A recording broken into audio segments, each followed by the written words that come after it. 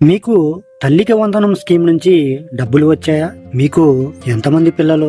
3 పిల్లల్లో 2కి మాత్రమే వచ్చాయా? అయితే మీ ఖాతా హోల్డ్ లో ఉన్నట్లే. దాన్ని మీరు యాక్టివేట్ చేయాలి. దాని ద్వారా తల్లికి వందనం నుండి డబ్బులు పొందాలి అంటే. హాయ్ గైస్, నా పేరు Jayaramakrishna. Welcome to our channel RK facts and technological.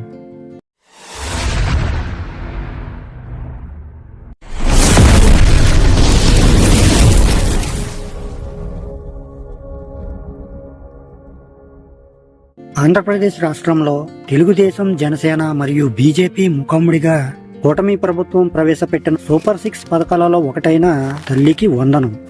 ఇది గత ప్రభుత్వంలో అమ్మ ఒడిగా ఉండేది.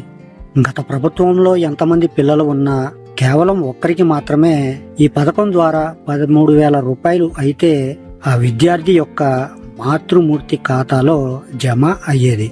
దాన్నే పేరు మార్చి ఈ కూటమి ప్రభుత్వం తల్లికి వందనం పేరిట ఎంతమంది పిల్లలు ఉన్నా వాళ్ళు బడులకి వెళ్తే వారి తల్లుల ఖాతాలో ఒక్కొక్కరికి 13,000 రూపాయల చొప్పున మొన్న జూన్ 13వ తారీఖున జమ చేయటం జరిగింది.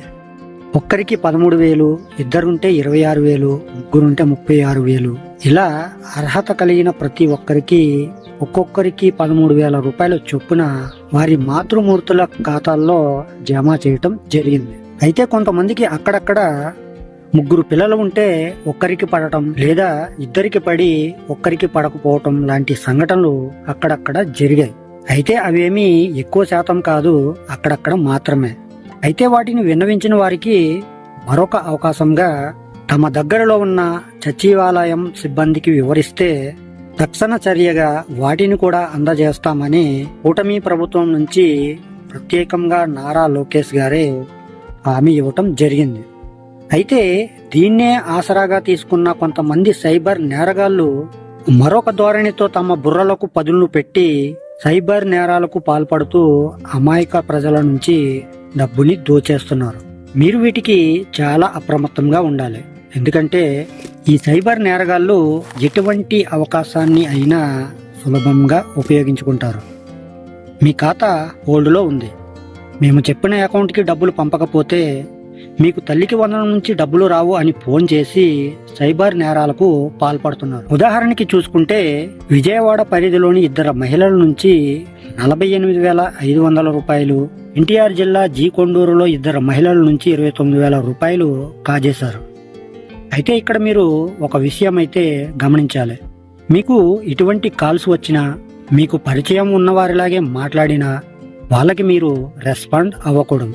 అలాగే వారికి ఎటువంటి ఓటీపీలు చెప్పకూడదు. ఎందుకంటే ఇక్కడ మీకు ఎవరు కూడా ఓటీపీ ఇవ్వమని కానీ మీ అకౌంట్ డీటెయిల్స్ ఇవ్వమని కానీ అడగరు. ఒకవేళ మిమ్మల్ని అలా వాళ్ళు అడిగారు అంటే వాళ్ళు ఖచ్చితంగా సైబర్ నేరగాళ్లే.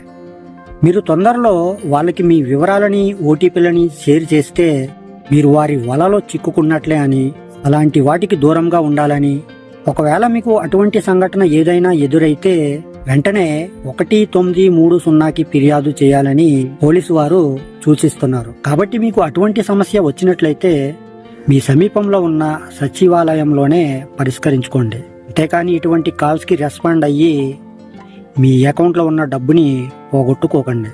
ప్రస్తుతం మనం ఉన్నది సైబర్ నేరగాళ్ల జనరేషన్లో.